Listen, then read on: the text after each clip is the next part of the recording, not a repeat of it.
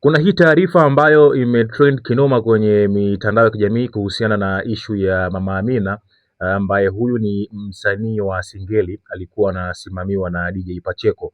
Lakini pia timu nzima ya Selfie tuliweza kupata bahati ya kuweza kuzungumza na DJ Pacheco ambaye alikuwa anamsimamia Mama Amina kwenye shughuli zake za kisanaa ambazo hizi za muziki wa Singeli ambazo alikuwa anazifanya. Lakini pia Pacheco aliwahi kutuambia kwamba alimtoa Mama Amina katika mazingira magumu kinoma yani, mpaka hapa alipofikia sasa hivi. Lakini mapema DJ Pacheco ameweza kutangaza leo hii kwamba hayupo tena katika kufanya kazi na msanii huyu Mama Amina kwa shinikizo la kwamba yupo kwenye mahusiano, ndiyo ambapo limepelekea yeye Mama Amina kutokuweza kufanya naye kazi. Lakini tukikumbuka vizuri swali ambalo kila mtu anajiuliza, tulizungumza pia na DJ Pacheco akasema kwamba Mama Amina hayuko sawa, si mtu ambaye akili zake ziko timamu, ana ile shida ya akili.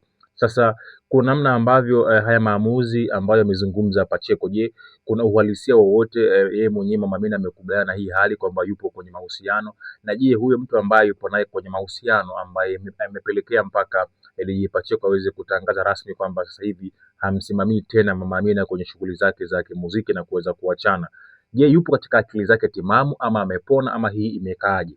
Sasa kwa taarifa zaidi usiache kuweza kufuatilia Selfie ya Kasako Media, lakini pia hebu niambie mtazamo wako ni upi juu ya hii post ambayo tumekuwekea. Nia kwa majina anaitwa Pacheco Midundo, ni producer wa muziki wa Singeli, lakini pia ni DJ na pia ni meneja Mama Amina. Nimekuja mbele yenu leo hapa kuzungumza na nyinyi na kuwajulisha kila kile ambacho kinaendelea.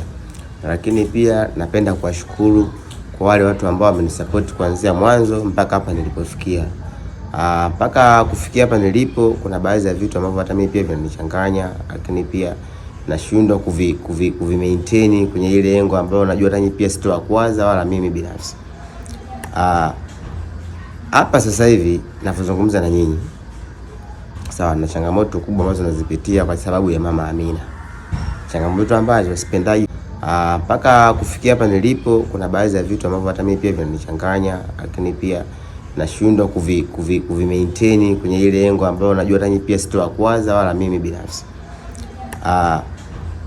Hapa sasa hivi ninapozungumza na nyinyi, sawa, na changamoto kubwa ambazo nazipitia kwa sababu ya Mama Amina.